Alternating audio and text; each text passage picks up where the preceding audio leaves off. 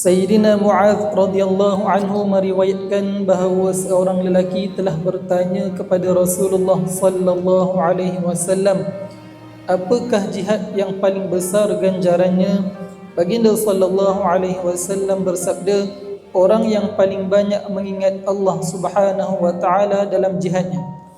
Lelaki itu bertanya lagi, siapakah orang berpuasa yang paling banyak ganjarannya? Baginda sallallahu alaihi wasallam bersabda, orang yang paling banyak mengingat Allah Subhanahu wa taala dalam puasanya.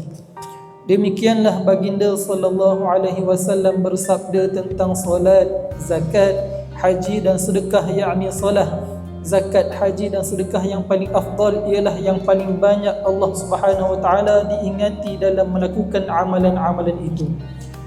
Lantas Sayyidina Abu Bakar radhiyallahu anhu berkata kepada Sayyidina Umar radhiyallahu anhu, wahai Abu Hafs, orang yang berzikir telah membolot segala kebaikan. Baginda sallallahu alaihi wasallam bersabda, betul apa-apa yang kamu katakan itu. Musnad Ahmad. Wallahu ta'ala a'lam. Kita ambil manfaat dan kita sampaikan kepada orang lain. Assalamualaikum warahmatullahi wabarakatuh.